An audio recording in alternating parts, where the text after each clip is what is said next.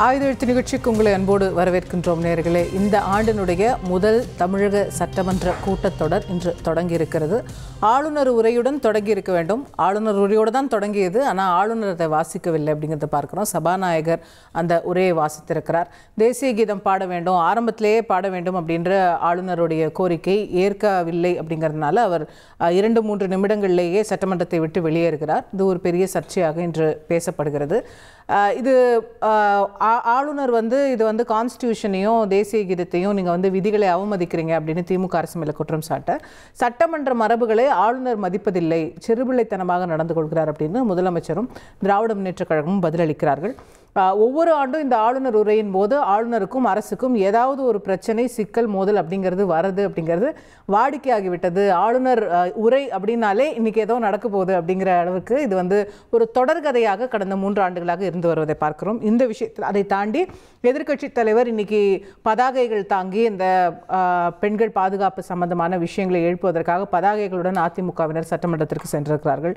இன்றைய சட்டமன்ற நிகழ்வுகள் இந்த ஆளுநர் உரை புறக்கணிப்பு அப்படிங்கிறது ஆளுநர் மரபு மீறுகிறாரா அல்லது அரசு மீறி தவறு இருக்கிறதா? நிறைய விஷயங்களை பேசுவோம். இன்றைய நிகழ்ச்சியில் நம்மோடு இணையக்கூடிய விருந்தினர்கள் அரசியல் விமர்சகர் திரு TDS ரவிச்சந்திரன் அவர்கள் நம்மோடு இணைந்திருக்கின்றார். அதே போல அண்ணா திராவிட முன்னேற்றக் கழகத்தின் சார்பில் திரு ரவி குழந்தைவேலு அவர்கள் இணைகின்றார். மார்க்சிஸ்ட் கட்சியின் சார்பில் பேராசிரியர் அருணன் அவர்களும், அதே போல திராவிட முன்னேற்றக் கழகத்தின் சார்பில் பேராசிரியர் சபாபதி மோகன் அவர்களும் இணைகின்றார்கள். அனைவரையும் நிகழ்ச்சிக்கு அன்போடு வரவேற்கின்றேன். திரு ரவிச்சந்திரன் அவர்கள்ட்ட என்ன தொடங்கலான்னு நினைக்கிறேன். இதில் அண்ணாமலை அவர்களோட அறிக்கையிலேயே அவர் குறிப்பிடுறாரு, 91லேருந்து தமிழக சட்டமன்றத்தில் ஒரு மரபு இருக்கிறது. ஆரம்பத்தில் தமிழ்தாய் வாழ்த்து, இறுதியில் தேசிய கீதம். இங்கே தேசிய கீதம் எங்கேயும் புறக்கணிக்கப்படவில்லை. அந்த மரபை ஏற்று பல ஆளுநர்கள், காங்கிரஸ் ஆளுநர்கள், பிஜேபி ஆளுநர்கள் எல்லாருமே வந்திருக்கிறாங்க. இவருக்கு மட்டும் என்ன பிரச்சனை? இப்போ தேவையில்லாமல் பிரச்சனைகளை கிளப்புகிறார் அப்படின்ற ஒரு அண்ணாமலை அவர் சொல்லியிருக்காரா? இல்லை, அவர் ஒன்று சொன்னார், அதனுடைய நீச்சியை நீங்கள் சொல்கிறீங்க. ஓகே, ஏன்னா நான் பார்த்துட்டேன், எனக்கு தெரியும், அண்ணாமலை ஐயாவுக்கு நல்லா தெரியும். மினிஸ்ட்ரி ஆஃப் ஹோம் அஃபேர்ஸ் ஒரு தெளிவான ஒரு டேட்டாவை கொடுத்தது. நேஷ்னல் ஆந்தம் எப்படிலாம் பாடணும், எப்போ பாடணும் அப்படிங்கிறதுக்கு ஒரு வரைமுறை கொடுத்தது. அந்த வரைமுறையில் கவர்னரோ லெஃப்டினன்ட் கவர்னரோ இருக்கும் வரக்கூடிய ஒரு நிகழ்ச்சியில் ஆரம்பத்திலையும் கடைசியிலையும் பாடணும்னு சொல்லியிருக்கு. நம்பர் 1. 2வது, முதல் முறை இந்த உரையை வாசிக்கும்போது அவர் எனக்கு ஒவ்வாத கருத்துக்கள் இருக்குது, அதை நான் மாற்றித்தான் பாடுவேன்னு பேசுவேன்னு சொல்லிட்டு போனார். அதைத்தான் நீங்கள் பார்த்தீங்க. 2வது முறை அவர் வரும்பொழுது இதில் இதை அப்படியே நான் சமர்ப்பிக்கிறேன், எனக்கு இதில் எந்த நிறைய கருத்துக்கள் எனக்கு முரண்பாடு இருக்குது, தேசிய கீதம் பாடப்படவில்லை அப்படின்னு சொல்லிட்டு போயிட்டார். உடனே ஆளுநர் சபாநாயகர் ஒரு பதிலை கொடுக்குறாரு, இல்லைங்க நாங்கள் தேசிய கீதம் பாடணுன்னு இல்லை, எங்கள் மரபுப்படி இப்படி தான் வருது. 91லேருந்து தான் அந்த மரபை தொடங்கினோம், 60 வருஷமாலாம் இல்லை, ஆனால் அந்த மரபை அப்படியே கடைபிடிச்சிட்டு வரோம். அது கூட தொடங்கினது ஜெயலலிதா அம்மா தான், இருந்தாலும் அதை நாங்கள் கடைபிடிச்சிட்டு வரோம்னு அவர் ஒரு லெட்டர் பாவம் எழுதினார். அந்த லெட்டர் எழுதினதுக்கு திரும்பவும் கவர்னர் அவர்கள் இதை சுட்டி காட்டுகிறார். இந்த மாதிரி இருக்குன்னா இப்படி தான் இருக்கணும் சுட்டி காட்டிட்டு இன்றைக்கி 3 நிமிடம்னு நிறைய பேர் ப்ரெஸ்ஸில் சொல்கிறீங்க. தமிழ்தாய் வாழ்த்து பாடி முடித்த பிறகு தான் அவர் அந்த இடத்துல திரும்ப சொல்கிறார். யார்? அவர் சபாநாயகர்கிட்ட மட்டும்தான் சொல்லணும். இவர் ஒருத்தர்கிட்ட சொல்லுவார், அவர் சபாநாயகர்கிட்ட சொல்லுவாருங்கிறது தான் இருக்கணும். முதலமைச்சர் வரைக்கும் சொல்கிறார், இது மரபுங்க, இதை கடைபிடிங்கன்னு சொல்கிறார். ஆக அவர் படிப்படியாக இதை முன்னேற்றணும்னு நினைக்கிறாரு. நீங்கள் என்ன பண்ணுறீங்கன்னா முதலே திட்டமிட்டுட்டு நேரலையை கட் பண்ணிவிட்டு, இது எப்படியும் ஒரு பிரச்சனை வரும், நாங்களும் கரெக்டாக ஏற்படுத்தியிருக்கோம், வேல்முருகன் ஐயா இந்த வாட்டி விசிகா தகராறு பண்ணாது, ஏன்னா கொஞ்சம் குழப்பம் இருக்குது, அதனால் வேல்முருகன் ஐயாவை தயார் பண்ணி வச்சுருக்கோம், அவர் கரெக்டாக பண்ணுவாருன்னு எல்லாம் செட் பண்ணி வச்சுட்டீங்க. இப்போ சப்போஸ் ஆளுநர் இதை பற்றி கவலைப்படாமல் தேசிய கீதம் பாடாட்டி என்ன பரவாயில்ல அப்படின்னு சொல்லிட்டு உட்காந்துட்டு போயிருந்தால், என்னுடைய மனசில் தோன்ற விஷயம் சொல்கிறேன். ஏன்னா கட்டமைப்பதில் திமுக எனக்கு நிறைய கற்றுக் கொடுத்துருக்கு. தேசிய கொடியை திருப்பி ஏற்றிட்டீங்கன்னு வச்சுக்கோங்க, உங்களுக்கு அது பிரச்சனை இல்லை.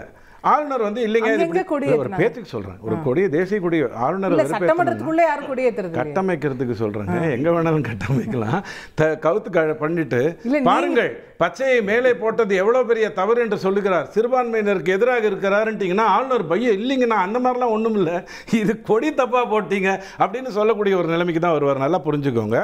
ஆன் அரைவல் அப்படின்னு சொல்லப்பட்டிருக்குங்கிறத தவிர இது தமிழ்நாட்டுக்கு மட்டும் அவர் பண்ணலை. நாகாலாந்துலேயும் 2021 பிப்ரவரியில் முதல் முறையாக தேசிய கீதம் பாடப்பட்டு தான் அங்கே நடந்தது. அதே மாதிரி தான் அவர் கடைபிடிச்சார். இது வந்து ஒரு ரிலேட்டிவ்லி சின்ன இஷ்யூ இல்லையா? இன்னைக்கு வந்து தேசிய கீதம் இன்னைக்கு தமிழ்நாட்டில் பேசப்பட வேண்டிய விஷயங்கள் எவ்வளவோ இருக்கு. இன்னைக்கு வந்து அதிமுக பதாகைகளை தூக்கிட்டு வராங்க சட்டமன்றத்துக்கு, காங்கிரஸ் கட்சி ஒரு பிரச்சனை எழுப்புறாங்க, விசிகா வந்து கவன ஈர்ப்பு தீர்மானம் கொடுக்குறாங்க, அவ்வளோ விஷயங்கள் இருக்கு. ஒரு தேசிய கீதம் பாடலை அப்படின்னு சொல்லி தேசிய கீதம் மதிக்கப்பட வேண்டியது மாற்றுக்கிறது இல்லை. பட் அதுக்கு ஒரு வெளிநடப்பு செய்வது மூலமா ஒட்டுமொத்த இஷ்யூ ஹைஜாக் ஆகுது. போன முறை என்ன நடந்து தெரியுமா? உங்களுக்கு சின்னதாக ஞாபகப்படுத்துறேன். ஆளுநரை வைத்துக்கொண்டே அவருக்கு எதிரான தீர்மானத்தை முதலமைச்சர் வாசிக்கிறாரு.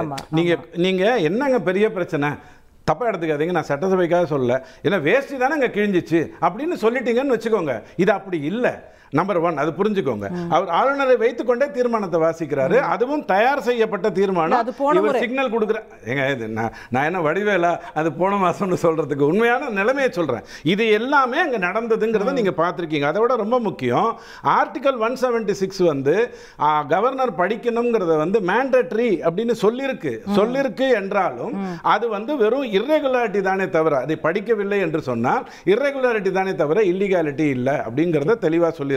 ஆனால் தேசிய கீதத்துக்கு அது என்ன சொல்லுது அப்படின்னு சொன்னா, தேசிய கீதத்தை நீங்கள் அவமதித்தீர்கள் அப்படின்னு சொன்னா அது வெறும் அஃபென்ஸ் இல்ல, டிஸ்ரெஸ்பெக்ட் அப்படிங்கிற வார்த்தையை அது பயன்படுத்துது. நீங்க உங்களுக்கு வந்து நான் நேரடியாக சில விஷயங்கள் சொல்லிடுறேன். உங்களுக்கு வடக்கில் ஏதோ ஒரு நாடு இந்தியா இருந்துட்டு போகட்டும், தேசிய கீதம்ங்கிறது வந்து நீங்க பாடினதில்லை. நான் ஒரு கேள்வியை கேட்கிறேன். 1989 கடைசியில பாடுறாங்க, முதல்ல பாட சொல்றீங்க, அவ்வளவுதான்.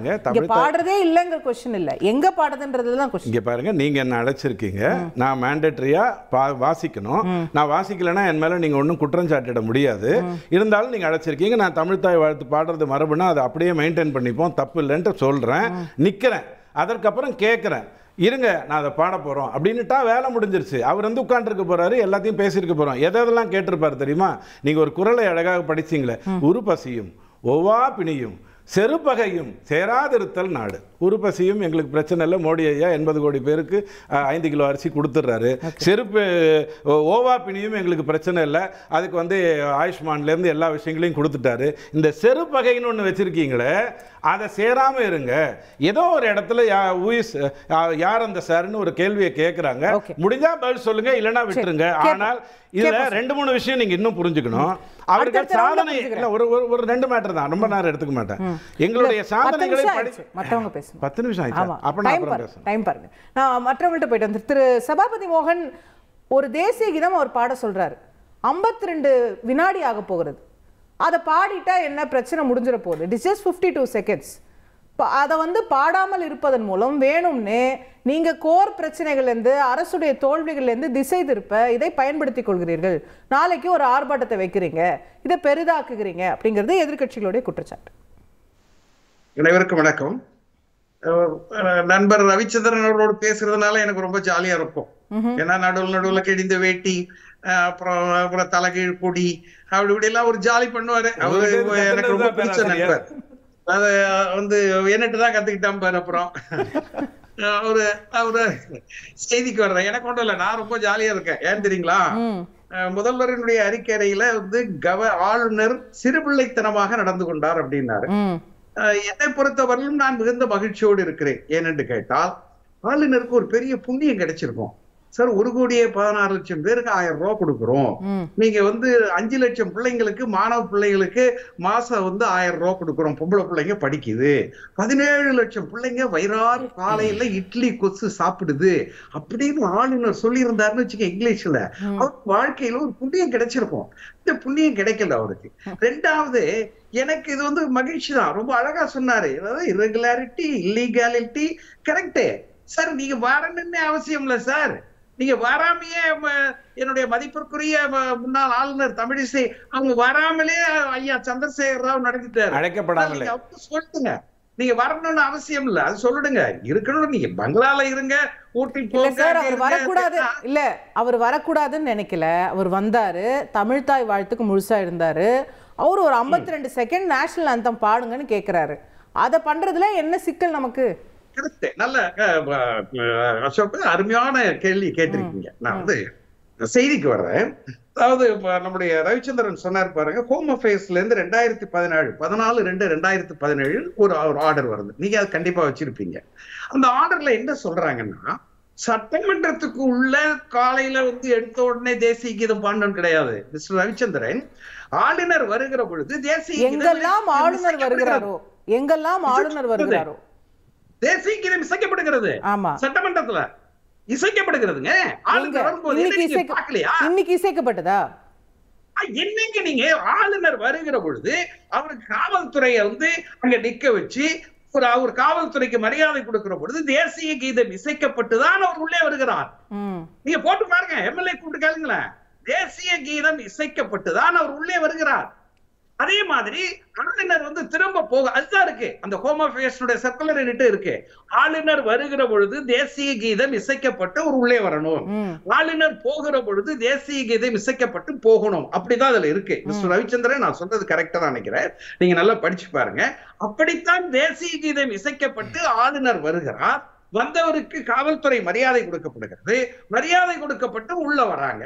உள்ள வந்த உடனே நம்மளுடைய மரபுன்னு இருக்குல்ல, இந்த மரபுப்படி நாம சட்டமன்றத்துல எனக்கு என்னன்னா, ஆளுநர் ஆர்.என். ரவியை விட தியாகிகள், தேசத்துக்காக உழைத்தவர்கள், காங்கிரஸ் இருங்க, வேறெல்லாம் இப்ப நான் நீட்டினா நான் பொறுமையா கேளுங்களேன். நான் என்ன உங்கள்ட்ட கோச்சிக்கிட்டா பேசுறேன். இதற்கு முன்பு எவ்வளவோ தியாகிகள், எவ்வளவோ நாட்டுக்காக தொண்டியவர்கள் ஆளுநருக்காக பாருங்க. அவங்களுக்கெல்லாம் தோணாத ஐடியா வந்த உடனே நீங்க தேசிய கீதம் பாடணும்னு ஏங்க நீங்க அங்க போறீங்க?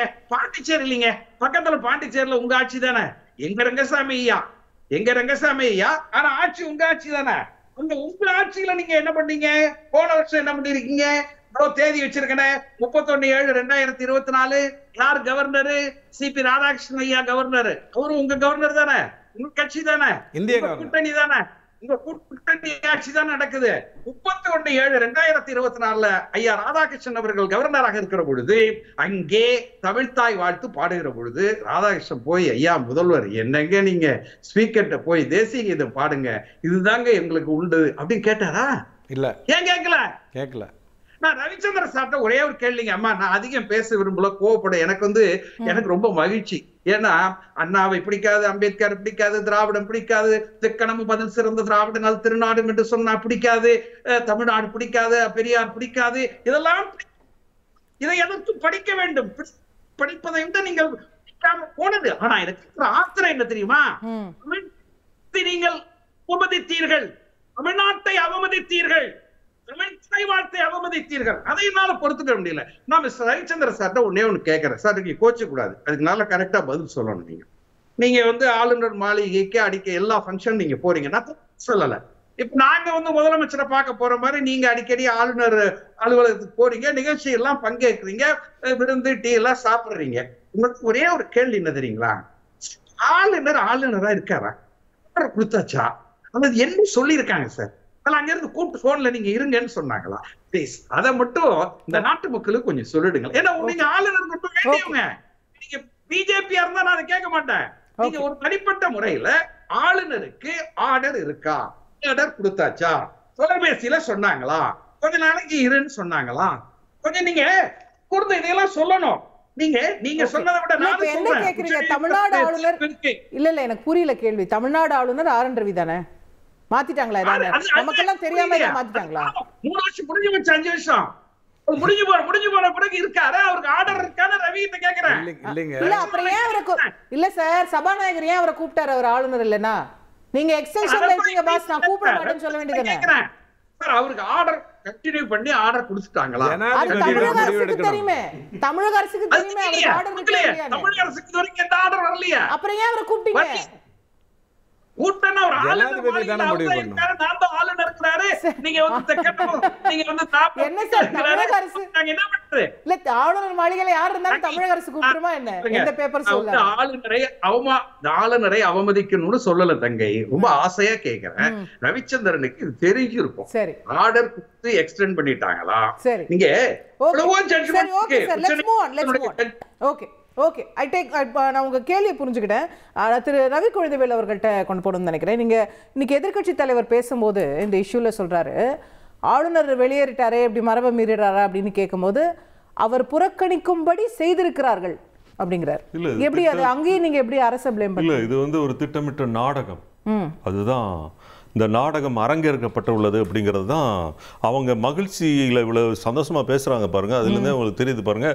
அவங்க நாங்கள் அதாவது இந்த பசங்கள்லாம் ஸ்கூலில் படிக்கும்போது எக்ஸாம் வருதுன்னா ஒரு டென்ஷன் இருக்கும் இல்லையா, ஐயோ எக்ஸாம் வருது இன்னைக்கு என்ன பண்ணுறது, எப்படி போகிறது, எப்படி கம்ப்ளீட் பண்ணுறது, அந்த மாதிரி ஏதாவது நடந்துடாதா, இயற்கை பேரிடர் வந்துடாதா, ஏதாவது நடந்துடாதா அப்படின்னு. அது மாதிரி என்னென்ன கடவுள்கிட்ட எல்லாம் வேணாங்கன்னு தெரியல. இந்த முருகர் மாநாடு நடத்தி அதில் பெரிய கோரிக்கையை இதை வச்சிருப்பாங்கன்னு நினைக்கிறேன். கவர்னர் வரக்கூடாது, நடக்கக்கூடாது, வந்துட்டு திரும்பி போயிடணும், எந்த கேள்வி கேட்டக்கூடாது. அவர் அறிக்கை படிக்கிறாரு, படிக்கும்போது ஏதோ ஒரு பாயிண்ட் கரெக்டாக கனெக்டிவிட்டி ஆயிடுச்சு பாருங்க. அப்படியெல்லாம் வேண்டுதல் பண்ணி அந்த வேண்டுதலுடைய பலன் வந்து இன்னைக்கு, அதாவது அவர் வருவார், கேட்பார், செய்வார், என்ன நடக்கும் என்பதை முன்பே திட்டமிடல் வந்து அருமையாக ஸ்கிரீன் பிளே டைரக்ஷன் எல்லாமே பக்காவா பண்ணிடுவாங்க. திமுகவோட ஸ்கிரீன் பிளேக்கு எல்லாமே பாருங்க, கடந்த 3 வருடங்கள் டைரக்ட் பண்ணுது, ஆளுநர் அதுல பங்கேற்கிறார். அப்படி இல்ல, அதாவது இவங்க என்ன நடக்கும், எப்படி போனா எப்படி வரும், எப்படி வந்தா எப்படி பண்ணணும், எப்படி பண்ணா என்னென்ன பண்ணணும், அது எல்லாமே வந்து முன்னாலே வந்து ப்ளே பண்ணிடுவாங்க. எல்லாம் ப்ளே பண்ணிட்டு ரெடி பண்ணி வச்சுட்டு உணர்ந்து மாதிரி எல்லாரும் போய் உட்காந்துப்பாங்க. அப்படி அப்படி பார்க்கும்போது எல்லாம் கரெக்டா வேலை நடக்கும், கரெக்டா நடக்கும். அந்த மாதிரி திட்டமிட்டு நடத்தப்பட்ட நாடகத்தின் ஒளிபரப்பு தான் இன்னைக்கு நடந்திருக்கு. அந்த ஒளிபரப்பை மக்கள் பார்க்கக்கூடாது என்று அதை நிறுத்திட்டாங்க. சும்மா பேருக்கு ஒரு லைன் காமிக்கிற மாதிரி கவர்னர் வந்துட்டாருங்க, வெளியே போயிட்டாருங்க, பாருங்க எங்க மேல தப்பு இல்லைங்க. அப்போ நீங்க பண்ண நல்லதை பத்தி பேசணும், கெட்டதை பத்தி பேசணும், நடக்கிற அநியாயத்தை பத்தி பேசணும், அராஜகத்தை பத்தி பேசணும், போதையை பத்தி பேசணும். அடுத்த நாள் சட்டமன்ற பேசதானே அதெல்லாம் இருக்குங்க, அவர் வாயால சொல்லிடக்கூடாது இல்ல. இப்போ ஆளுநர் உரைன்றது அரசாங்கத்தினுடைய உரை தான். உங்களுக்கு அதுதான் அவங்க சொல்றாங்களே, புள்ளியிலிருந்து கம்மாலிருந்து எல்லாமே இக்கு வரைக்கும் நாங்க தான் வச்சு கொடுப்போம், அதை தான் நீங்க பேசணும். இல்லங்க அதெல்லாம் கரெக்ட்டுங்க, அதெல்லாம் நான் என்ன சொல்றேன், அதுதானங்க மரபு. நான் என்ன கேக்குறேன், அதெல்லாம் இல்ல நான் சொல்லல. இன்னைக்கு ஆளுநர் வெளிநடப்பு செய்யாம இருந்திருந்து முழு உரையும் அப்படியே வாசிச்சிருந்தாருன்னு வைங்க, தேசிய இதெல்லாம் பாடி சூப்பரா நடந்திருந்தாலும் ஆளுநர் என்ன வாசிச்சிருக்க போறாரு? அரசுடைய நலத்திட்டங்களை, நல்ல விஷயங்களை, சாதனைகளை தான் வாசிக்க போறாரு. அதுல என்ன விமர்சனம்? இல்ல இதற்கு முன்பு இவர்கள் எழுதி கொடுத்த உரையை அவர் மாற்றி வாசித்து இருக்கிறார், திருத்தி இருக்கிறார், குறைகளை சுட்டிக்காட்டி இருக்கிறார், பேசி இருக்கிறார். அதுபோன்று எதுவும் நடந்துவிடக் கூடாது என்பதுதான் அவர்களுடைய அச்சம், வேற ஒண்ணும் கிடையாது. அவர் இவங்க எழுதி கொடுக்கறத காப்பி கேட் மாதிரி அப்படியே வாசிட்டு ரோபோ மாதிரி சொல்றதை செஞ்சுட்டு போயிட்டாருன்னா இவங்க ரொம்ப ஹாப்பியா இருந்துருவாங்க. அவர் முன்னாலே ஒரு கேக்கை வெட்டி புத்தாண்டையும் கொண்டாடி இருப்பாங்க. அதுக்கெல்லாம் வாய்ப்பு இல்லையே. இவர் இதுக்கு முன்னாலே இந்த வேலையெல்லாம் செஞ்சிருக்காருல்ல. இப்போ இந்த வேலையெல்லாம் செஞ்சிருக்காருன்னா இவர் இன்னைக்கு வந்தா என்ன செய்வாரு அப்படிங்கிற உள்ள டிஸ்கஷன் எல்லாம் நடந்து முடிஞ்சு அதற்கேற்றபடி ஏற்பாடுகள்லாம் நடந்து அதன்படி அவரை எப்படி அனுப்பணுங்கிறத செட்டிங் பண்ணி எல்லாம் அனுப்பிட்டாங்க. ஆகவே மற்றற்ற மகிழ்ச்சியில் இருக்கிறார்கள். இன்னும் இருக்கக்கூடிய பிரச்சனைகள், இப்போ அண்ணா யூனிவர்சிட்டி பிரச்சனையிலிருந்து வீதி இருக்கிற பிரச்சனைகள், அத்தனை பிரச்சனைகளும் இன்னும் இந்த சட்டசபையில் எழுப்பாம இருக்கிறதுக்கு கவர்னருக்கு எதிரான ஒரு போராட்டத்தை திசை திருப்பி கொண்டு போயிட்டோம்னா இந்த இதெல்லாம் மறைஞ்சிரும். அப்ப நம்ம ஆட்டோமேட்டிக்கா வேற வேலைக்கு போயிடலாம். இதெல்லாம் மக்கள் வந்து எப்பயுமே மறதிக்கு சொந்தக்காரர்கள், அவர்களுக்கு கொடுக்க வேண்டியதை எப்படி கொடுக்கணுமோ அப்படி ஃபீடிங் கொடுத்துட்டோம்னா மக்கள் மறந்துடுவாங்க. இதுதான் இவர்களுடைய ஸ்ட்ராட்டஜி. அந்த ஸ்ட்ராட்டஜியின் படி திட்டம் நிறைவேற்றப்பட்டு நாளைக்கு சார் இன்னைக்கு ஒரு நாள் இல்ல உங்க வாரத்துக்கு நீங்க சொல்றது சரின்னு வச்சுக்கிட்டாலும் இன்னைக்கு ஒரு நாள் ஓகே ரைட், அந்த இஷ்யூ வந்து பெருசாயிடுச்சு. இன்னும் 4 நாள் சட்டமன்றத்துல நீங்க எல்லாம் போக போறீங்கல்ல, இவங்களே போராட்டம் அறிவிக்கிறாங்க. அது சட்டமன்றத்துக்குள்ள இல்ல, வெளியில என்னவா இருந்தாலும் என்ன சொல்றாங்க, இவங்களே ஆட்சி பண்ணிப்பாங்க, இவங்களே அராஜகம் பண்ணிப்பாங்க, இவங்களே தப்பு பண்ணிப்பாங்க, இவங்களே நீதி கொடுக்குறேன்னு சொல்லுவாங்க, இவங்களே என்ன பண்ணுவாங்க, நீதியை மாத்தி சொல்லுவாங்க. கடைசியில் கேட்கறவங்க எல்லாம் வேடிக்கை பார்த்துட்டு இருக்கணும். இது என்னன்னா இதுதான் திராவிட மாடல் ஆட்சி. திராவிட மாடல் ஆட்சியில கவர்னர் வருவார், உள்ள என்ட்ராவார், திரும்பி போயிடுவார். இதுதான் திராவிட மாடல் ஆட்சி. அந்த மாடல் நீங்க திராவிடத்துல வர மாட்டீங்களா? நாங்க திராவிட மாடல் ஆட்சி தாங்க. நாங்க என்ன சொல்றோம், நாங்க சொல்றது எல்லாம் வந்து வேற, இவங்க சொல்றதெல்லாம் வேற. இவங்க உருட்டெல்லாம் நாங்க உருட்டுறது கிடையாது. நாங்க வந்து நேர்மையா மக்கள் எங்களை விரும்பி தேர்ந்தெடுக்கிறாங்க. தொடர்ந்து 10 வருஷம் ஆட்சி கொடுக்குறாங்க. திமுகவுக்கு தொடர்ந்து 10 வருஷம் ஆட்சி கொடுத்தா எங்க சரித்திரம் இருக்கிறதா? என்ன நல்ல ஆட்சி நடந்தாலும் அவங்க 5 வருடத்துக்கு மேல தாக்கு பிடித்தது சரித்திரமே இல்ல. அதுக்கு நடுவில் கூட்டணி கூட்டணி கூட்டணி கூட்டணி கூட்டணி அந்த கூட்டணி மட்டும் இல்லைன்னா அந்த திமுகவே இல்ல. Watch out. இதுதான் அவங்களோட ஸ்ட்ராட்டஜி. இதன் பேஸ்ல வந்து நாளைக்கு நடத்தக்கூடிய போராட்டம் இந்த அண்ணா யூனிவர்சிட்டி இஷ்யூல இருந்து யார் இந்த சார் அப்படிங்கிற இஷ்யூ வரைக்கும் அதை ஒழிச்சு கட்டுறதுக்கு, மறக்கடிக்கிறதுக்கு எடுக்கப்பட்ட ஸ்ட்ராட்டஜி தான் இந்த ஸ்ட்ராட்டஜி. இதுல வந்து அவங்க வெற்றி அடைஞ்சா நினைக்கிறாங்க, தோல்வியின் இலக்கை நோக்கி ஸ்பீடா போயிட்டு இருக்காங்க. அது விரைவில் வந்து வரப்போகிற நாட்கள்ல தெரிய போகுது. கேட்போம். திரு அருணன், இது மொத்தமாவே ஒரு திசை திருப்பல் நாடகம் அப்படிங்கிறாரு. நீங்க யார் இந்த சார்னு கேட்க விடாம பண்றதுக்கு தான் ஆளுநரை பயன்படுத்திருக்கீங்கன்றார். இல்ல, அதிமுக நண்பர் பேசினதை கேட்டேன். இது எல்லாமே நாடகம் அப்படிங்கிறாரு. அரசு உருவாக்கின நாடகம். எதிரொலிக்குது கொஞ்சம். இப்ப இந்த நாடகம் இது நாடகம் என்று ஆளுநருக்கு தெரியாதா? இந்த நாடகத்தில் நடிக்க ஆளுநர் ஏன் ஏற்றுக்கொண்டார்? இது நாடகம் செட்டப் அப்படின்னா இத காலி பண்றதுக்கு ரொம்ப எளிமையான விஷயம். அவர் அதை வாசிச்சு விட்டுருக்கலாம். வாசிச்சுட்டு கடைசியாக அங்கே பாடப்பட்ட தேசிய கீதத்தையும் மதிச்சு எழுந்து நின்று பிறகு சென்றிருக்கலாம். இப்ப தேசிய கீதம் அங்கே இசைக்கப்பட்டது. பாஜக ஆதரவாளர் ஏதோ இசைக்கவே படலைங்கிற மாதிரி சொல்றாரு. அதெல்லாம் அதுக்கு இல்லாதவர் யாருன்னா ஆளுநர். நிகழ்ச்சிக்கு வந்துவிட்டு தேசிய கீதம் இசைக்கும் போது இல்லாதவர் ஆளுநர்.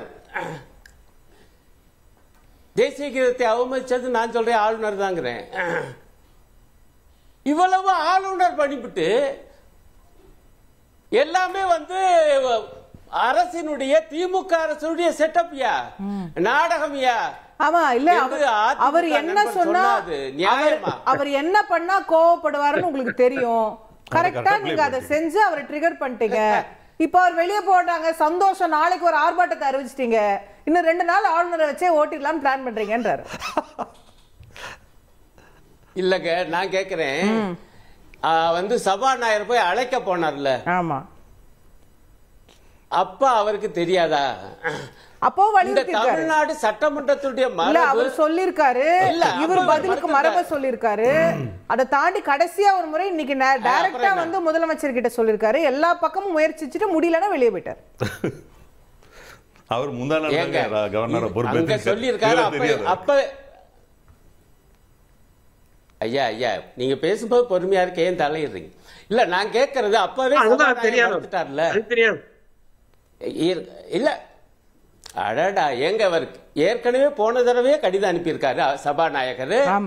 சட்டமன்றத்தினுடைய மரபுப்படி முதலில் தமிழ் தாய் வாழ்த்து தான் பாடப்படும், உங்களுடைய உரை முடிந்த பிறகு இறுதியில் தேசிய கீதம் இசைக்கப்படும் என்று எழுத்துப்பூர்வமா கொடுத்திருக்காரு. ஆமா, அதைத்தானே இப்ப நினைவுபடுத்திட்டு வந்திருக்காரு இந்த கூட்டத்துக்கு அழைக்கும் போது. அப்புறம் ஏன் அவர் வர்றாருங்கிறேன். வராம இருந்திருக்கலாம், இதான் நடக்க போகுது. எப்படி வராம இருந்திருந்தாலும் இதே மாதிரி ஆர்ப்பாட்டம், இதே பிரச்சனை, இதே தானே.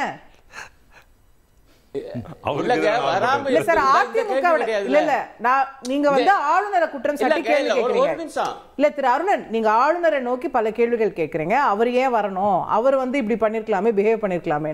ஆனா அதிமுகவோட குற்றச்சாட்டு வேறையா இருக்கு.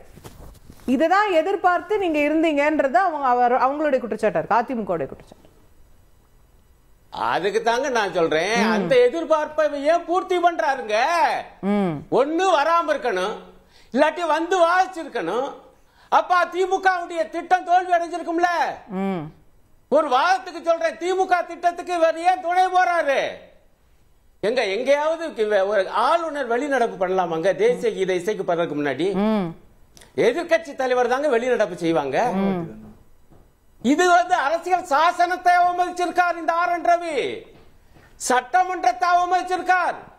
தமிழ்தாய் வாழ்த்து பிரச்சனையாக்கி அதை அவமதிக்கிறார். தமிழக மக்கள், தமிழ்நாடு மக்கள் தேர்ந்தெடுக்கக்கூடிய அரசு, அந்த அரசுடைய திட்டம். இப்ப நீங்க விவாதத்துல ஆரம்பத்துல சொன்னீங்க 1991 இருந்து இது மரபு, எல்லாரும் ஒத்துக்கிட்டீங்க. புதுசா இப்ப ஸ்டாலின் அரசா கொண்டு வந்தது. என்னங்க அநியாயமா இருக்கு? இவ்வளவு தெரிஞ்சு இவர் வேணும்னே போவாராம், கேட்பாராம், முதலமைச்சர் பார்த்து கேட்பாராம். இவர் சொன்ன உடனே முதலமைச்சர் ஒத்துக்கொள்ளணுமா? இது என்ன கொடுமையா இருக்கு? இவரா மக்களால் தேர்ந்தெடுக்கப்பட்டவர், இவர் நியமிக்கப்பட்டவர். மக்களுக்கு தெரியுமில்ல, திமுக ஆட்சி வந்தா அவங்க தமிழ் தாய் வாழ்த்து மரபை கடைபிடிப்பாங்க. அதிமுகவே அதை கடைபிடிச்சிருக்கேன். இல்ல தமிழ்தாய் வாழ்த்து பாட வேண்டாம்னு ஆளுநர் சொல்லல, தமிழ்தாய் வாழ்த்து பாட வேண்டாம்னு சொல்லல, கூட இந்த தேசிய கீதத்தை சேர்த்துக்க சொன்னார். அதத்தாங்க சொல்றேன், அதை மட்டும்தான் பாடுவது என்பதுதானுங்க சட்டமன்ற மரபு. ஓகே, கடைசியா தேசிய கீதம் பாடுறோம்லங்க, அதை மட்டும் எங்க 2 தடவை இந்த மரபு வந்திருக்கு. இந்த மரபை மாற்றப்படாத வரை ஒரு எலெக்டட் கவர்மெண்ட் வேணா மாத்தலாம். இன்னொரு அரசு வருது, அது வேணா மாத்த, அதுவரை இதைத்தானே கடைபிடிக்கணும். இவரா ஒரு முடிவெடுத்து இவர் உத்தரவு போடுவாரா, அதை கேட்கணுமா? கேட்காட்டி அது அரசினுடைய நாடகமா? எப்படி பேசுறாரு அதிமுக? அண்ணா திராவிட முன்னேற்ற கழகம்னு பேர் வச்சுக்கிட்டு அண்ணாவினுடைய கோட்பாட்டுக்கு எதிராக, மாநில உரிமைக்கு எதிராக அதிமுக காரங்க வந்து பேசுறாங்க. கேப்போம் தயவு செய்து அண்ணாங்கிற பேரையாவது கட்சி பேர்ல இருந்து எடுங்க. கேப்போம். திரு ரவி, ஆளுநர் திமுக நாடகத்தில் நடித்தாரா? இல்லைங்க, இது நான் இப்படி சொன்னா வேற விதமாயிடும். நிறைய சீரியல்ல பார்த்துருப்பீங்க, அந்த மாமியாரை கவுக்கணும்னா எண்ணெயை வச்சுட்டு கோழி குண்டெல்லாம் வைப்பாங்க. அந்த அம்மா கரெக்டாக வந்து விழும். உடனே பத்தியா அப்படின்ட்டு போ, அப்படியே என்ன மாமியார் அப்படின்னு. இதெல்லாம் நாடகம்லாம் பழகி போச்சு எங்களுக்கு. நாங்கள் 60 வருஷமா பார்த்துருக்கோம். தெரியாதான்னு கேட்கிறாரு. இல்லைங்க, இது ஒரு நாடகம். இன்னைக்கு வந்து தமிழக பாஜக தலைவர் அண்ணாமலைக்கு தெரியுது, இல்ல எதிர்கட்சி தலைவர் எடப்பாடி பழனிசாமி அவர்களுக்கு தெரியுது. அப்ப இதுதான் திமுக பிளான் உங்களுக்கு தெரியுதுன்னா நீங்க வாசிச்சுட்டு பாருங்க, அதை தவிடுபடி ஆக்கியிருக்கலாமே. பொன்னுடைய ஐயா போய் செக் கொடுக்குறாரு, அவருக்கு தெரியும் அவங்க வந்து தப்பு பண்ணுவாங்கன்னு தெரியும். இருந்தாலும் அவருடைய கடமை என்னன்னா அதை கொண்டு போய் கொடுக்கணும், அதில் ஏதாவது அவமானம் வந்தால் அதை வாங்கிக்கணும் அப்படிங்கிறது அவருடைய கடமை. பொன்முடி ஐயா செஞ்சாரா இல்லையா? கடைசியாக இப்போ செக் கொண்டு போய் கொடுத்தாரா இல்லையா? ஒரு அரசியல் இருக்கிறவங்க அப்படித்தான் பண்ணுவாங்க. என்னுடைய கேள்வி என்னன்னா, நீங்க ஒரே வரிதான் மரபுகளை மாற்றியதை பத்தி நீங்க பேசுறீங்க. 91லேருந்து வந்த மரபை பத்தி பேசுறீங்க. அப்ப இப்பதான் சபாபதி ஐயா படிச்சாரு, மினிஸ்ட்ரி ஆஃப் ஹோம் அஃபேர்ஸ் எப்ப கொடுத்ததுன்னு சொல்லியிருக்காரு. அப்புறத்துல இருந்து இருக்கிறத அவங்க கடைபிடிப்பாங்களா? இல்லைன்னா எங்க கிட்ட நாங்க பழைய புக்கு தாங்க, அந்த 10th ஸ்டாண்டர்ட் புக்கு தான் நான் படிப்பேன்னு சொல்ல ஸ்டாலின் ஐயா அதெல்லாம் இல்ல. கல்வி என்ன கல்வி? சமச்சீர் கல்வி வந்துருச்சு, அதுதான் நீ படி. நோ நோ நோ, எங்க அப்பா இதான் படிச்சாரு. என்னங்க அது? ஓகே, சிலபஸ் அப்டேட் பண்ணுன்றீங்க. ஒரு சிறிய ரவிச்சந்திரன், ஓகே ஒரே 10 வினாடி ரவிச்சந்திரன், நீங்க சொல்ற ஹோம் அஃபேர்ஸ்ல வரும்பொழுது போகும்போது தான் சார் பாடங்கள் இருக்கு. அதான் செஞ்சிருக்காங்க. ஆமா, உங்களுக்கு காது கேட்காதா? புரியாதா? உங்ககிட்ட அவங்க கேள்விக்கு நான் பதில் சொல்ல மன்னிச்சுக்கோங்க. உங்களுடைய ஒரு கருத்துக்கு நான் பதில் சொல்ல மன்னிச்சுக்கோங்க. நீங்க தமிழ் தாய் வாழ்த்த அவமதிச்சுட்டு திரும்ப போனப்ப அவருக்கு தேசிய கீதை இசைக்கப்பட்டது இல்லையா? நீங்க ஒரு நியாயமான ஒரு கேள்வியை கேட்டீங்க. தமிழ் தாயை அவமதித்து விட்டு வெளியே போகும்போது கார்ல ஏறுற வரைக்கும் தேசிய கீதை இசைக்கப்பட்டது. தெரியும் தெரியாதா? இங்க வந்து ஹோம் அஃபேர்ஸ் சொல்லிருக்கான். நீங்க போன வருஷம் பேசுறீங்க, நீங்க திரும்ப ஐயா 10வது புத்தகம் சமச்சீர் கல்வி. சமச்சீர் கல்வி நாங்க படிக்கிற கல்வி சார். அது உங்களுக்கு எல்லாம் ஐயா, நீங்க எழுப்பிய ஒரு கேள்விக்கு நான் பதில் சொல்றேன். போன வருஷம் நடந்ததை பத்தி நீங்க பேசிக்கிட்டு இருக்கீங்க சார். சமச்சீர் கல்வி தான் நாங்க படிக்கிற கல்வி. நீங்க கேட்ட ஒரு முக்கியமான கேள்விக்கு மட்டும் பதில் சொல்லுங்க. போலீஸ் ரிசீவ் பண்றாங்க இல்லையா? சரி, ஓகே. 3 ரவி ஒண்ணா கூட்டணி சேர்ந்துட்டீங்க. ஆளுநர் ரவி, பிஜேபி ரவி, ஏடிஎம்கே ரவி. சூரியன் ரவி தானுங்க. Thank you. உதயசூரியன் ரவி தாங்க. பிஜேபி மூணு சேர்ந்து இருக்கிற கூட்டணி இது. நீங்க தாங்க உதயசூரியன் ரவிங்க. Okay okay. கேசஸ் ஏடிஎம்கே இந்த கூட்டணி இப்ப தெளிவா பேர்லயே தெரியுது. வேற யாராவது கூடாதா? சொல்லுவனா? திரு ரவி குழந்தைவேல் அவர்கிட்ட கேட்கலான்னு, இந்த ஆளுநர் இந்த பிரச்சனை சர்ச்சையெல்லாம் தாண்டி இன்னைக்கு அதிமுகவினர் பதாகைகள் எல்லாம் ஏந்திட்டு சட்டமன்றத்துக்குள்ள போறீங்க. சபாநாயகர் கேட்கிறாரு, ஒருவேளை அண்ணா யூனிவர்சிட்டி சான்சலரா இருக்கிற ஆளுநரை எதிர்த்து பதாகையை தூக்கிட்டு போனீங்களோ அப்படின்னு கேட்கிறாரு. ஆளுநர் வந்து இந்த சான்சலர்ஸ் எல்லாம் அப்பாயிண்ட் பண்ணணுங்கிறது மறுக்க முடியாத உண்மை. அதெல்லாம் ஒன்றும் தப்பா இல்லாமல் மாற்றி ஒரு இருக்கிற விஷயத்தை இல்லைன்னு சொல்கிறதோ இல்லை இல்லாத இருக்குன்னு சொல்கிறதோ அப்படிலாம் பேச முடியாது. அது வந்து ஸ்டேட் கவர்மெண்ட்டும் அவங்களுடைய ரெஸ்பான்சிபிலிட்டி தான். கவர்னரும் அண்ட் ஸ்டேட் கவர்மெண்ட்டோட ரெஸ்பான்சிபிலிட்டி, அதை அவங்க பண்ணணும். அது மட்டும் இல்லை, அண்ணா யூனிவர்சிட்டி வந்து நீங்க பதாகை எடுத்துட்டு போனது ஆளுநர் எதிர்த்து தானே? அப்படி கிடையாது. அதாவது அரசு செய்கிற தவறுகளை வந்து சுட்டிக்காட்டி அதற்கு நீதி வேண்டும் என்று கேட்பதில் எங்களுக்கு உரிமையை வந்து நாங்கள் கேட்குறோம். மக்களுக்கு கிடைக்க வேண்டிய நியாயத்தை பெறுவதற்கு பண்றோம். இவங்க இவ்வளவு நியாய தர்மங்கள் பேசுகிறவர்கள் நேரலையில் ஒளிபரப்ப வேண்டியது என்ன? கவர்னர் வர்றாரு இல்லையா? கவர்னர் வந்தாரு, ஸ்பீச் கொடுத்தாரு, வாக் அவுட் பண்ணாரு. போன வாட்டி பொன்முடி கிண்டல் பண்ணதுலேருந்து கேலி பண்ணதுலேருந்து எல்லாரும் எள்ளி நகையாடியது எல்லாம் வந்து லைவ்ல காமிச்சாங்கல்ல. அதே மாதிரி இதையும் காமிக்க வேண்டியது என்ன? அவங்க சொல்றது என்னன்னா, மொத்தமே 3 நிமிஷம் சொல்றாங்க. அந்த 3 நிமிஷத்தை ஏன் உங்களால நேரலையில் காட்டக்கூடிய தைரியம், திறன் இல்லை உங்கள்கிட்ட? அப்ப நீங்க எதையோ திட்டமிட்டு மறைக்க முயற்சி பண்ணுகிறீர்கள் என்பது தெள்ள தெளிவாக தெரிகிறது. 3 நிமிஷம் தானே. இதுதான் அவர் சொல்றாரு, ரவிக்கு ரவி சப்போர்ட் பண்றாரு. ஏங்க ரவினா என்னன்னு அவருக்கு முதல்ல மீனிங் தெரியணும். அவர் ஒரு ப்ரொஃபசர் தாங்க, அவர் ஒரு இதுல இருக்கிறவர் தானே. ரவினா சூரியனுங்க, நீங்க இருக்கிற கட்சி சூரியனுங்க. இவர் ரவினால இவரு சூரியனுங்க. கவர்னர் அவரு சூரியனுங்க. அவரு சூரியனுங்க. சூரியன் உங்களுக்கு எதிராக சூரியன் வேலை செய்து நீங்க சொல்றீங்க. ரைட், ஓகே, நோ ப்ராப்ளம், இருந்துட்டு போட்டோம், நத்திங் ராங் அட் இட். எங்க அப்பா வந்து நான் என்ன சொல்றேன், புரட்சி தலைவரோட இருந்திருக்காரு, கலைஞர் கருணாநிதியோட பணியாற்றி இருக்காரு, இந்திய எதிர்ப்பு போராட்டத்தில் கலந்துட்டு இருக்காரு. கலைஞர் கருணாநிதி அவர்களே என் தந்தையை வந்து குழந்தை என்றுதான் அழைப்பார். இந்த அளவுக்கு எனக்கு குழந்தை, இவருக்கு திமுகவுக்கு தொடர்பு இருக்கு, இளைஞரணியில எங்க அப்பா இதுல இருந்திருக்காரு, எல்லா இதுலயும் இருந்திருக்காரு, எங்க அப்பாவை பேர் சொல்லி கூப்பிடுற அளவுக்கு அறிமுகமும் இது எல்லாமே இருக்கு. இதுக்கு மேல நான் சூரியன், நாங்க ரவி, எல்லாம் ரவி 3 ரவி ஒன்னா சேர்த்தேன்னு சொல்றீங்க. ரைட், ஓகே, இருந்துட்டு போட்டோம். நாட்டுக்கு நல்லது நடக்கணும். 3 ரவி இல்ல, 5 ரவி இல்ல, 5 கோடி ரவி சேர்ந்தாலும் ஒன்றும் தப்பு இல்ல. அதனால ஒண்ணும் இல்ல, நல்லதை சொல்லுகிறோம், நேர்மையாக விமர்சிக்கிறோம். இல்ல அப்போ இல்ல இந்த விமர்சனத்தோட சபாநாயகர் கேட்கிறாரு, இந்த விஷயம் கேட்கறதோட மூலம் என்னன்னா, நீங்க இன்னும் வந்து ஆளுநரை ஆதரிக்கிறீங்க, பிஜேபியோட ஒரு சாஃப்ட் நடுநிலையாக இருக்கக்கூடிய பிரச்சனை பதாகை வந்து அவருக்கு எதிராக இல்லன்ட்டீங்க பாருங்க. நீங்க வந்து பிஜேபியோட சட்டசபை வந்து யாருங்க சபையில வந்து நாயகர் யாருங்க? சபாநாயகர். சபாநாயகருக்கு அடுத்து ஹீரோ யாருங்க? Chief minister.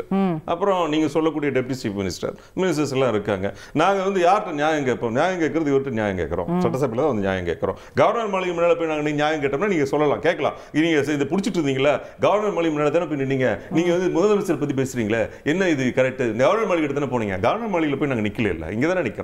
எங்க சட்டசபையில தான் நிக்கிறோம். சட்டசபையில சபை நடக்கும் பொழுது மக்களுடைய பிரச்சனைகளை அவர்களிடம் கேட்டு நீதி பெற வேண்டும், அல்ல அந்த பெண்ணுக்கு, பாதிக்கப்பட்ட பெண்ணுக்கு நீதி வேணும்னு கேட்கறதுல என்ன தவறு இருக்கிறது? அதுக்கே நீங்க இந்த ஆங்கிள் வந்து கவர்னருக்காக தான் நீங்க காமிக்கிறீங்க. கவர்னர் காமிக்கிறோம், நாங்க நேரம் கவர்னர் மாளிகை போய் காமிப்போம். எதுக்கு இவங்ககிட்ட வந்து காமிக்கணும்? இவங்ககிட்ட காமிக்கணும் அவசியம் இல்லை. கவர்னருக்கு பொறுப்பு இல்லைன்னு அதிமுக பொறுப்பு இல்லைன்னு நாங்க சொல்லல, பொறுப்பு இருக்கிறது. அதை தான் நான் சொல்றேன் பாருங்க. ஆள் இவர் நியமிக்கணும்னு சொல்றீங்களா? நியமிக்கல அப்படிங்கிறது மட்டும் இல்ல.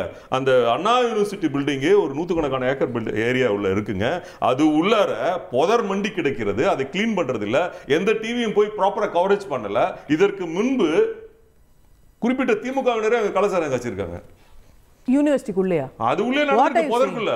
சார் இது ரொம்ப பெரிய அலிகேஷன் சார். ஏங்க அலிகேஷன் நடந்துருக்குங்க. இது அண்ணா பல்கலைக்கழகத்துக்குள்ள இங்க பாருங்க, அண்ணா யூனிவர்சிட்டிங்கிறது அந்த மெயின் ரோட்ல இருந்து, நீங்க தான் அதை சப்ஸ்டான்ஷியேட் பண்ணணும், நீங்க தான் நிரூபிக்கணும். சொல்றது கேளுங்க. மெயின் ரோட்ல இருந்து துரைமுருகன் வீடு இருக்கு பாருங்க, பின்னால நம்ம கோட்டூர் புறம், அது வரைக்கும் அது எக்ஸ்டென்ஷன் இருக்கு. புதர் மண்டி கிடைக்கிறது. அதை யாரும் ஒழுங்கா போய் உள்ள பாக்குறது கிடையாது. இவங்க சொல்றாங்க பெரிய நிர்வாகம் பண்ற, சரியா பண்ற, அப்படி பண்ற, இப்படி பண்றேன்னு. அந்த நிர்வாகத்தை தயவு செய்து நேரலையில நீங்க கொஞ்சம் காமிங்களேன். அண்ணா சுத்தி ஒரு ரவுண்ட் அடிச்சு காமிங்க, எப்படி இருக்குன்னு பாப்போம், எல்லாரும் தெரிஞ்சுப்போம். இதற்கு முன்பு கடந்த காலங்களில் அங்கே திமுகவினர் கள்ளசாராயம் காட்சியதாக குறிப்பீடுகள் எல்லாமே இருக்கிறது. அதுக்கு ஆதாரம் நீங்க தான் கட்டணும், நீங்க தான் அதை நிரூபிக்கணும். கண்டிப்பா அதுக்கு யாருங்கிறது அவங்களுக்கே தெரியும். யார் பண்ணாங்க, எதை பண்ணாங்க, எப்ப பண்ணாங்க, எங்க பண்ணாங்கன்னு எல்லாமே அவங்களுக்கே தெரியும். இது இல்லாம ஒண்ணு சொல்லல. இல்லாம புதுசா இவர்கள் மேல குற்றச்சாட்டு சொல்லணும்னா இதுதான் குற்றச்சாட்டு சொல்லணும், வேற இடத்துல குற்றச்சாட்டு சொல்லக்கூடாதா? கள்ளக்குறிச்சியில இத்தனை பேர் செத்தாங்க, அதுக்கு என்ன பண்ணாங்களா, இல்ல என்ன பண்ணாங்க? கேப்போம் சார், கேப்போம். திரு சபாபதி. அதாவது பேச வரும்பொழுது நான் ஏற்கனவே தொலைக்காட்சிகளை சொல்லிட்டேன். நான் நீங்க வந்து ஒரு தர்மம், ஒரு மரபு இருக்கு. ஒரு கருத்து வைக்கிறோம்னா அந்த கருத்துக்கு எதிர்ப்பா வைக்கணும். ஒரு நகைச்சுவை சொல்றோம்னா அதுக்கு பதில் ஒரு நகைச்சுவை சொல்லலாம். இப்ப நீங்களே கேட்டீங்க கவர்னருக்கு எதிரான இல்ல சிஎம்க்கு எதிராக. Right, very good. டெப்டி சிஎம்க்கு எதிராக அதையும் சேர்த்துக்கிட்டீங்க, ஓகே. ஆனா இது மாதிரி இந்த கள்ளச்சாராயம் காய்ச்சறது இதெல்லாம் வந்துங்க, இது வந்து கவனிக்க வேண்டும். நீங்க வார்த்தைகளை கவனிக்க வேண்டும். கடந்த காலங்களில் திமுகவினர் செய்ததாக குறிப்புகள் இருக்கிறது. அதே மாதிரி நான் என்ன சொல்றேன், நேரலையில் அண்ணா யூனிவர்சிட்டி சுத்தியும் நீங்க ஒரு லைவ்ல காமிங்கன்னு சொல்றேன். அவர் பேசிட்டார். அது அவருக்கு தெரியாது. நான் அது வந்து 2-3 முறை பார்த்துட்டேன். நான் ஏற்கனவே சொல்லிட்டேன். நான் இப்படி எல்லாம் பேசணும், என்னால பேச முடியாது சிஸ்டர். உங்களுக்கு தான் வாய்ப்பு கொடுத்துட்டு இருக்கேன். நம்ம இதுல டைம் வேஸ்ட் பண்ண வேண்டாம். ஒரு குற்றச்சாட்டை நீங்க வைக்கிறீங்க. விருதுநகர்ல நிர்மலா தேவிங்கிற ஒரு பேராசிரியர், அந்த பேராசிரியை பண்ண தவறுக்கு சிறையில் இருக்காங்க. அவங்க போன் போட்டு பிள்ளைங்களை எல்லாம் கூப்பிட்டு தவறான வழிக்கு வழி நடத்தினாங்க. இது வந்து மதிப்பிற்குரிய முன்னாள் முதலமைச்சர், இன்றைய எதிர்கட்சி தலைவர் ஐயா எடப்பாடி பழனிசாமி ஆட்சியில தான் நடந்தது. அப்பயும் அந்த கேள்வி யார் சார்ன்னு சொன்னாங்க பாருங்க. எனக்கு என்னன்னா, ஒருவேளை யார் சாருங்கிறது ஒருவேளை நிர்மலா தேவி சாரா, அந்த சாரா இருக்குமோ, இந்த சாருக்கும் தொடர்பு இருக்குமோ எனக்கு தோணுது. இதை விட பொள்ளாச்சியில கடுமையா நகர மாணவர் அணியினுடைய செயலாளர் அவரு திமுகவுல 1000 குற்றச்சாட்டுகளை அடுக்கி வைக்க முடியும். நான் என்ன சொல்றேன்னா, பதிலுக்கு பதில் நீங்க குற்றம் செய்தவர் தண்டிக்கப்பட்டிருக்கிறார், குற்றவாளிகள் தண்டிக்கப்பட்டிருக்கிறார்கள். இந்த பொண்ணுக்கு நியாயம் வழங்கணும், இதெல்லாம் இல்லைன்னு சொல்லல நான். இது ஒரு பிரச்சனை. இந்த பிரச்சனை நீங்க அப்படியே தமிழ்நாடு இந்தியா போராடுகிறது, தமிழ்நாடு போராடுகிறது பூதாகரமா சொல்றீங்களே. உங்க ஆட்சியில ஒண்ணுமே நடக்கலையா? பொள்ளாச்சி நடக்கலையா? விருதுநகர் நிர்மலா தேவி நடக்கலையா? துப்பாக்கி சூடு நடந்து 14 பேர் மடிந்ததற்கு பிறகு மறுநாள் காலை நான் தொலைக்காட்சி பார்த்து நான் தெரிந்து கொண்டேன் என்று சொன்ன மதிப்பிற்குரிய முன்னாள் முதலமைச்சர் அல்லவா? நீங்க குற்றச்சாட்டுகளை வைங்க. அதுக்காக நீங்க திமுக காரங்க கள்ளச்சாராயம் காய்ச்சினீங்கன்னா இது ரெக்கார்ட் ஆயிருக்கு. திமுக காரங்க கள்ளச்சாராயம் காய்ச்சி பாத்துக்கங்க சார், பார்த்து தெரிஞ்சுக்கங்க சார். அது யாருன்னு சொன்னா அப்புறம் நீங்க தலை சுத்திடுவீங்க. யார் அந்த வேலையை செஞ்சா நான் சொல்ல முடியும். சொன்னா நீங்க தலை சுத்திரும். சொல்லுங்களேன், அதையும் சொல்லுங்களேன். அது சொல்ல வேண்டிய இடத்துல சொல்றேன். தைரியம் தான் சொல்லுங்க சார். தைரியம் இருக்கிறதுனால தான் சார் லைவ்ல சொல்றேன். தைரியம் இருக்கிறதுனால தான் லைவ்ல சொல்றேன். சொல்லுங்க, லைவ்ல சொல்லுங்க. தைரியம் இருந்தா சொல்ல வேண்டிய இடத்துல சொல்றேன். சொல்ல வேண்டிய நேரத்துல சொல்றேன். சொல்ல வேண்டிய நேரத்துல சொல்றேன். தைரியம் என்ன சொல்ல வேண்டிய நேரம்? சும்மா எதையாவது சொல்லிட்டு போறேன்னா நீங்க ஒரு ரவுண்ட் 7 நிமிஷம் பேசுனீங்க. எங்க ஐயா சீனியர் அருணன் ஐயா, ஐயா வணக்கம் ஐயா, நீங்க ஒரு ரவுண்ட் பேசுனத நாடகங்கிற ஒரு வார்த்தையில அடிச்சு நொறுக்குனாரு பாருங்க. பேச்சு தூள் தூளாகி போச்சு. நாடகம்னா அந்த நாடகத்துல நடிப்பதற்கு ஏன் கவர்னர் தயாராக இல்லை? இந்த நாடகத்தை நடிச்சு முடிச்சுட்டு போயிருக்கலாம்ல. திரும்ப திரும்ப சொல்லுகிறேன், மதிப்பிற்குரிய நெறியாளர், என் மகள் போன்ற நெறியாளர், கவர்னர் தமிழ்த்தாய் வாழ்த்தை அவமதித்து விட்டு திரும்ப போகிற பொழுதும் தேசிய கீதம் இசை ஒலிக்கப்படுகிறது. நீங்க கேளுங்க, அவர் உள்ளே வருகிற பொழுதும் தேசிய கீதம் இசை ஒலிக்கப்படுகிறது.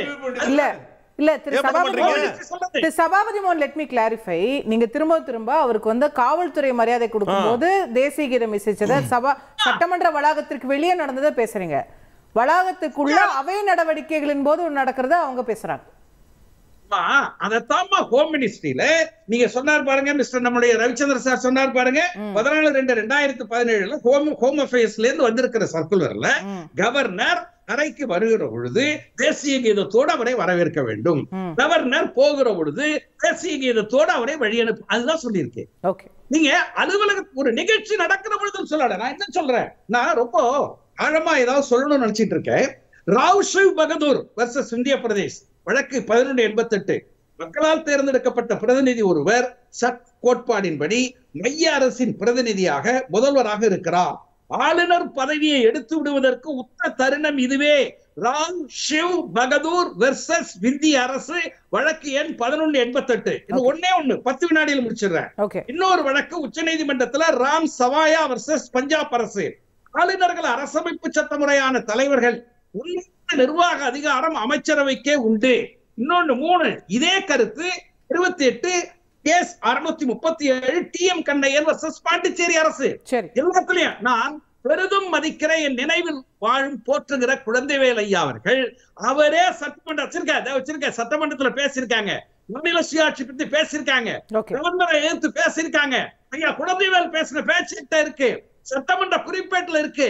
நான் ஒரு 10 நிமிஷம் இருந்தா அதை எடுத்திருப்பேன். நானு இவ்வளவு அருமையாக குழந்தைவேல் அவர்கள் பேசியிருக்கார். ஆளுநருக்கு அதிகாரம் கூடாது, சுயாட்சி நீங்க சொன்ன குற்றச்சாட்டை கூட விட்டுறேன். ஆனா ஒன்னே ஒண்ணு கேக்குறேன், ஆளுநரை நாங்க மெனக்கிட்டு வெளியில அனுப்பிட்டோம் அப்படின்னு எங்க சொல்லணும்? தமிழ்த்தாய் வாழ்த்து ஜெயக்குமார் என்ன சொன்னாங்களே, அழகா சொன்னாங்களே, தமிழ்த்தாய் வாழ்த்தை நீங்கள் புறக்கணித்திருக்கிறீர்கள், சட்ட மரபை புறக்கணித்திருக்கிறீர்கள்.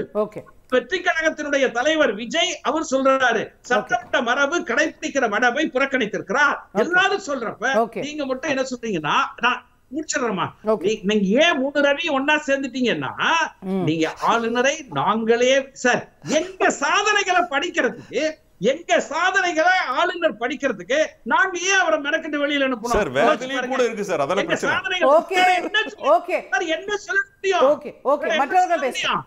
ஓகே சொல்லுங்களேன், சொல்லுங்களேன், சொல்லிட்டு போயிருக்கலாம் கவர்னர். ஓகே திரு ரவிச்சந்திரன் நீங்க சொன்னதுக்கு பதவி நீடிப்பு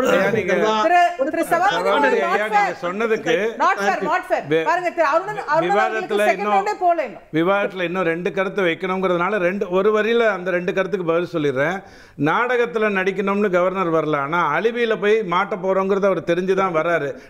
நாடகத்துக்கும் அலிபிக்கும் வித்தியாசம் இருக்கு, நீங்க பாத்துக்கோங்க.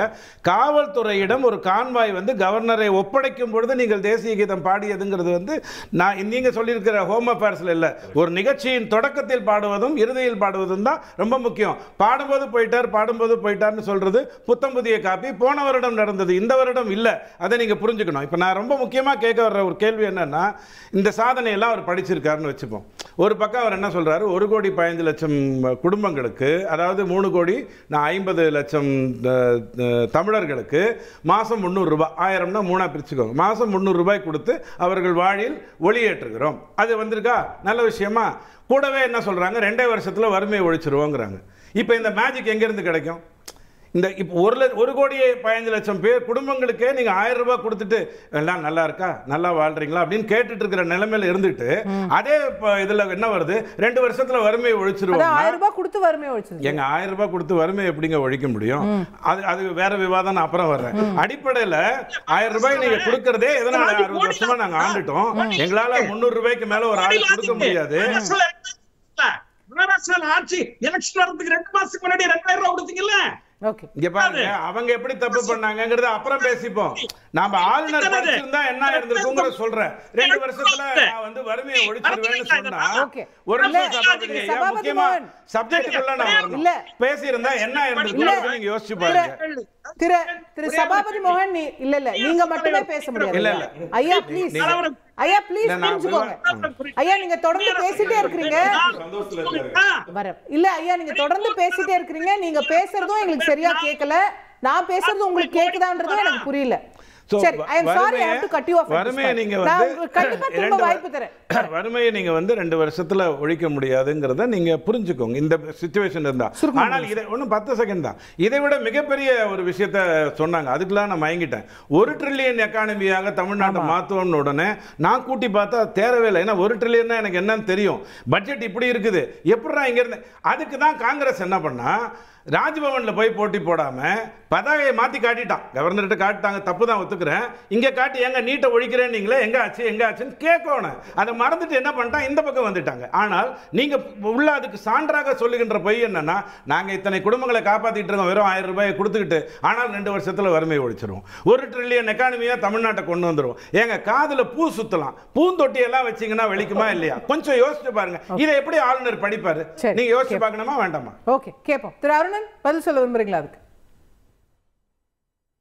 கண்டிப்பா இல்ல, ரொம்ப வருத்தமா இருந்துச்சு, வேதனையா இருந்துச்சு கடைசி வாக்கியம் நண்பர் ரவிச்சந்திரன் சொன்னது.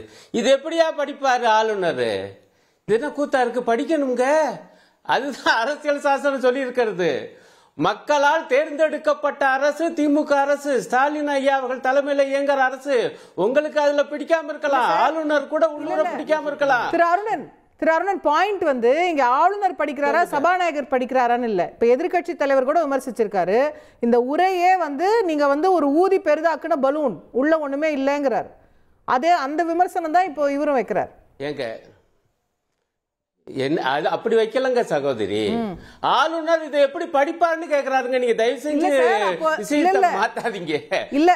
இல்லையா, நீங்க அவர் படிப்பாருங்கிறத மட்டும், அவர் சொன்னதை நான் மறுக்கல, அதை படிப்பாருங்கிறத மட்டும் புடிச்சுக்கிட்டீங்க. நான் கேக்குறது அந்த கருத்துக்கு என்ன பதில்? அதுல வந்து 1 ட்ரில்லியன் அப்புறம் வரேன், அதுக்கு அப்புறம் வர்றேங்க. நீங்க முதல்ல இவர் கடைசியா என்ன சொன்னார், இது எப்படியா வாசிப்பாரு ஆளுநர்? இது எவ்வளவு ஆபத்தான பார்வை. மக்களால ஒரு அரசு தேர்ந்தெடுக்கப்படுது, அது சரி செய்தோ தப்போ அது ஒரு உரையை எழுதி வைக்குது, அதை வாசிட்டு தான் அவர் போகணும். அதன் மீது விவாதம் நடக்கும் பொழுது இந்த பிரச்சனைகள் எழுப்பப்படும். கண்டிப்பா எங்களுக்கும் கூட சில பிரச்சனைகள் இருக்குது. எங்களுடைய கட்சி இந்த அறிக்கை விட்டுருக்கு இந்த உரை பற்றி. இப்ப பாருங்க, நம்ம அந்த உரைக்குள்ளே போகல. அந்த உரையில நீங்க சில காரியங்களை செஞ்சிருக்கீங்க, அதை நாங்கள் வரவேற்கிறோம். ஆனால் மக்களுக்கு கொடுத்த சில வாக்குறுதிகள் இன்னும் நிறைவேற்றப்படாமல் இருக்கு, அதையும் நிறைவேற்ற வேண்டும் என்று நாங்கள் வலியுறுத்துகிறோம் என்று எங்களுடைய கட்சி அறிக்கை விட்டுருக்கு. அதை சொல்லுகிற உரிமை ஒரு அரசியல் கட்சிக்கு உண்டு, அங்க இருக்கக்கூடிய எம்எல்ஏக்களுக்கு உண்டுங்க. ஆனால் அந்த உரையை வாசிக்க மாட்டேன் அல்லது மாத்தி வாசிப்பேன்னா, இவர் பாட்டுக்கு ஒரு கருத்தை சொன்னா அந்த கருத்து மீது விவாதம் நடந்தா பதில் சொல்றது யாருங்க? ஆளுநர் பழையபடி வந்து பதில் சொல்வாரா? எவ்வளவு அபத்தம் அது. ஆகவேதான் சொல்லப்படுது இது அரசின் உரை, அதை வாசிட்டு போகணும், அதன் மீது விமர்சனங்கள் வரும், அந்த விமர்சனத்துக்கு அரசின் சார்பாக முதலமைச்சர் உள்ளிட்டவங்க பதில் சொல்லணும். இதுதானுங்க முறை. நீ எழுதி கொடுக்கறத நான் வாசிக்க மாட்டேன்னு சொன்ன. அடுத்த மிக முக்கியமான ஒரு பாயிண்ட், ரொம்ப வேதனையா இருக்குது. நீங்க வந்து சட்டமன்ற வளாகம் மட்டுமல்ல, குறிப்பாக சட்டமன்றத்துக்குள்ள சபாநாயகர் தாங்க முக்கியம். அவர் தெளிவா சொல்றாரு, ஐயா நீங்க வெளியில இதுதான் மரபு, நீங்களே ஒத்துக்கிறீங்க. 91 பாருங்க, அம்மையார் ஜெயலலிதா கொண்டு வந்தது இது. ஆளுநர் உரைக்கு முன்பு தமிழ் தாய் வாழ்த்து, முடிவில் தேசிய கீதம். அப்ப அது இன்னைக்கு வரைக்கும் நடந்துகிட்டு இருக்குது. அத வந்து மாத்து அப்படின்னு சொல்லி ஒரு உத்தரவு போடுறாரு. அத உத்தரவை இணங்குனா என்ன அர்த்தம்? மக்களுடைய தீர்ப்பை மதிக்கல அரசுன்னு அர்த்தம். இப்படி உத்தரவு போடலாமா? அதுவே நியாயம் அல்ல. நான் தான் சொல்றேன், ஒரு ரவி, அவர் ஒரு ரவி, அதிமுக காரர் ஒரு ரவி, இவரும் பாஜக ஆதரவாளர் ஒரு ரவி, ரவிக்கு ரவியில ஆதரவு. ஆனால் அந்த ரவி ஒரு அநியாயமான முறையில் நடந்து கொண்டிருக்கிறார் இன்றைய தினம். இந்த கொடூரமான பாஜக காரங்க அது இல்ல ஆர்.என். ரவியத்தான் சொல்றேன். அவர் தான் ஆர்.என். ரவி, ஆளுநர் ரவி அநியாயம் செய்திருக்கிறார். தமிழ்நாட்டுக்கு அநியாயம், சட்டமன்றத்துக்கு அநியாயம் செஞ்சிருக்காரு. அதை ஆதரிக்க கூடாது. அதிமுக ரவி, பாஜக ரவி வேணா ஆதரிக்கட்டும். இன்றைய தினம் ஆளுநரை எல்லாரும் எழுதிருக்காங்க. ஆதரிச்சவங்க 2 பேர் தான். ஒன்னு அண்ணாமலையார், இன்னொருத்தர் எடப்பாடியார். இவங்க 2 பேரும் ஏன் இந்த ஆளுநர் ஆதரிக்கிறாங்க இந்த அடாவடித்தனத்தை? நன்றிங்க திரு ரவி. ரொம்ப சுருக்கமா நிறைவான கருத்து ஒரு வரி தான். அருணன் அண்ணன் இன்னொரு 4-5 மாசம் கழிச்சு எப்படி பேசுறாருன்னு பாருங்க. வேற மாதிரி பேசுவாரு. ஓகே, அது உங்க எதிர்பார்ப்பு.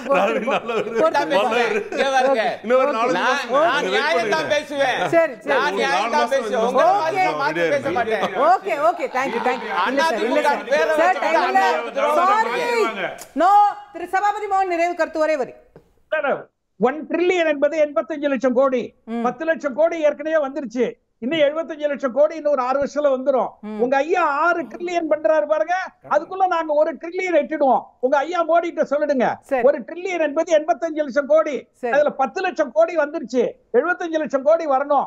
உங்க ஐயா 6 ட்ரில்லியன் 28 மாநிலம் சேர்த்து கொடுக்கிற 6 ட்ரில்லியனுக்கு முன்னாடி எங்க ஐயா, எங்க முதலமைச்சர் திராவிட மாடல் அரசு 1 ட்ரில்லியன் எடுத்தோம். அப்படி ரொம்ப வருத்தப்படுவீங்க, அடாடா 1 ட்ரில்லியன் வந்துருச்சு அப்படின்னு ரவிச்சந்திரன் வருத்தப்பட. தமிழ்நாட்டுல எல்லாரும் சந்தோஷப்படுவோம். அது என்னைக்கு வந்தாலும் நம்ம எல்லாருமே சந்தோஷப்படுவோம். ரவிச்சந்திரனுக்கு சந்தோஷம் இருக்காது, அது தெரியல. ரவிக்கு சந்தோஷம் இருக்காது. ரவிக்கு சந்தோஷம் இருக்கும். 1 ட்ரில்லியன் வரும்போது இந்தியா நம்பர் 1 இருக்குங்க. தேங்க்யூ. நிகழ்ச்சியின் தரத்தில் நிறைவு செய்கின்றோம். பங்கேற்று கருத்து தெரிவித்த நால்வருக்கும் நன்றி. பார்த்தவங்களுக்கும் நன்றி. நேயர்களே வணக்கம்.